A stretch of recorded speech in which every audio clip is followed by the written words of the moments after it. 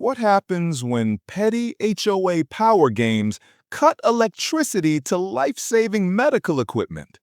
5 minutes later, the sky thundered with Blackhawks, and Karen's world flipped upside down. It was a quiet evening at my ranch cabin. My wife, 7 months pregnant, sat resting with her specialized medical device keeping her stabilized.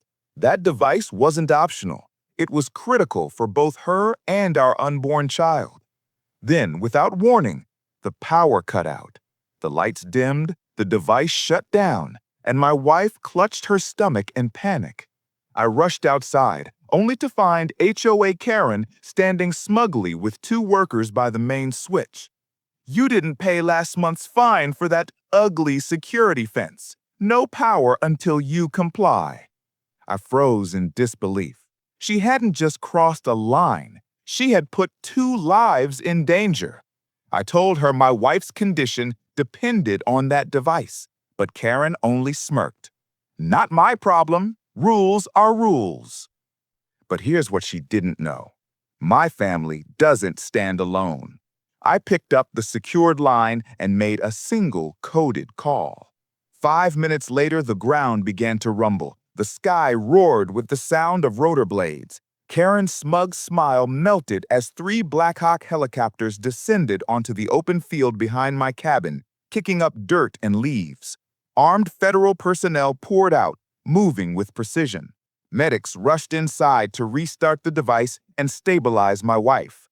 Karen stumbled back, yelling, "What is this? What's happening?" One officer turned to her, expression cold. "You just interfered with the safety of a federal officer's family.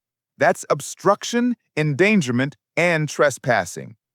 Karen tried to protest, waving her clipboard like it was a shield, but her voice was drowned out by the radio chatter and the sight of my colleagues, special forces securing the area. My wife, safe once again, held my hand as she whispered, "They came so fast." Karen wasn't smiling anymore. She was escorted into a federal vehicle, her protests ignored. She had thought cutting my power would teach me a lesson. Instead, she learned who I really was and how far the government will go to protect its own.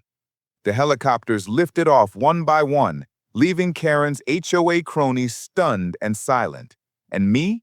I carried my wife inside, power restored, her device humming steadily. Karen had tried to play games with lives. Now she'll face charges that carry years in prison.